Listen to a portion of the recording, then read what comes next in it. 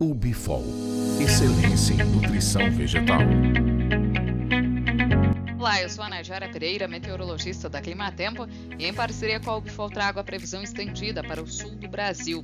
Nesses últimos períodos, vem chovendo de forma mais expressiva sobre o Paraná, o que tem garantido boas condições de umidade no solo, assim como também em partes de Santa Catarina.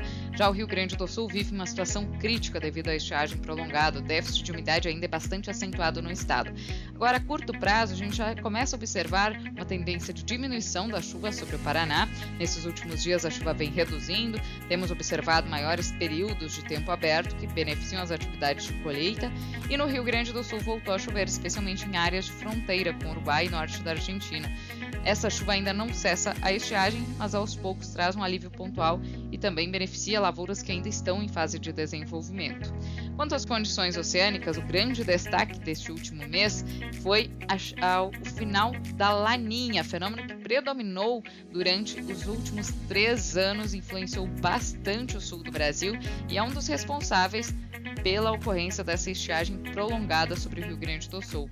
A Laninha, que é caracterizada pelo resfriamento das águas superficiais do Oceano Pacífico Equatorial, já está bem desconfigurada e inclusive já se observa um aquecimento do Oceano Pacífico, especialmente na faixa leste, nas áreas mais próximas à costa do continente sul-americano. A gente observa aqui na medida dos índices que grande parte do Oceano Pacífico já está com anomalias positivas. Quanto mais ao leste, esses índices estão mais intensos e tudo indica que teremos aí um outono de neutralidade climática, mas mais para frente uma probabilidade maior para a instalação de um El Niño. Este gráfico é uma previsão probabilística de ocorrência de fenômenos climáticos. As barras em cinza indicam maior probabilidade para a ocorrência de neutralidade climática no decorrer dos próximos meses, durante o outono aqui no hemisfério sul, o outono que começou no último dia 20 de março, e durante o período aqui de inverno e primavera de 2023, aumenta a probabilidade para a ocorrência de um El Niño. Tudo indica que esse fenômeno deve se instalar a partir da metade do ano e deve ter os seus efeitos mais efetivos na distribuição de chuvas e temperaturas sobre a região sul a partir aí do final do inverno e principalmente durante a próxima primavera. Como a gente bem sabe, o El Niño, que é caracterizado pelo aquecimento do Oceano Pacífico Equatorial, costuma trazer mais chuvas para a região sul. Então poderemos ter um final de inverno e início da próxima primavera mais úmidos. Por enquanto, ainda não teremos muitos impactos desse aquecimento, a expectativa é de um outono de neutralidade climática e tudo indica que teremos condições de chuvas próximas da normalidade em grande parte do período. O mês de abril, que é um mês que costuma ter chuvas de moderada intensidade entre o interior gaúcho e o oeste paranaense, deve ter condições de dentro da normalidade em grande parte do interior da região sul, ou seja, vamos ter ocorrência de episódios de chuva inclusive no Rio Grande do Sul, que devem trazer um ligeiro alívio para a estiagem. Nas áreas mais ao norte e leste do Paraná, inclusive também região do Vale do Itajaí, em Santa Catarina e até no extremo sul do Rio Grande do Sul, se observam ligeiras anomalias positivas de precipitação. Não é uma anomalia tão acentuada, poucos episódios de chuva podem ser suficientes para ultrapassar essa média.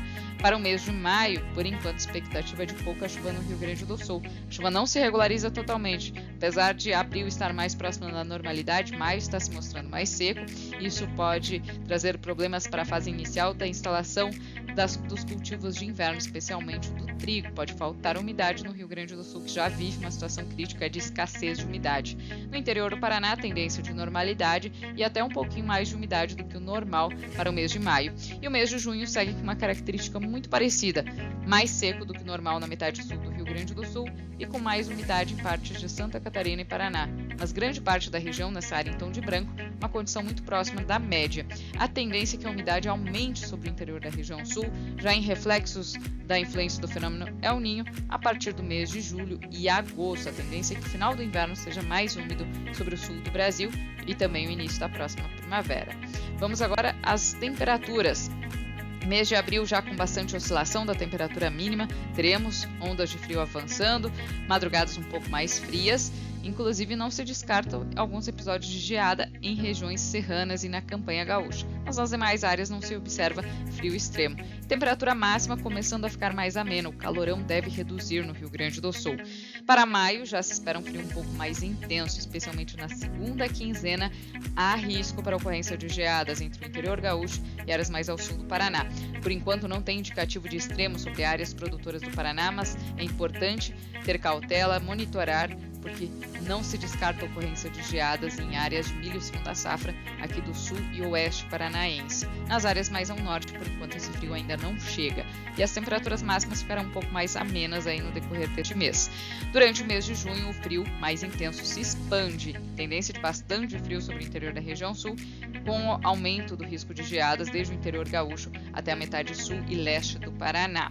É muito importante monitorarmos as condições, porque se o El Niño se instalar a partir da metade do ano, vai reduzir o risco de frio mais para o final do inverno e também aquele risco de frio tardio durante a primavera. Esses são os destaques da previsão do tempo de hoje. Continue acompanhando as próximas atualizações. Até mais! UbiFol, excelência em nutrição vegetal.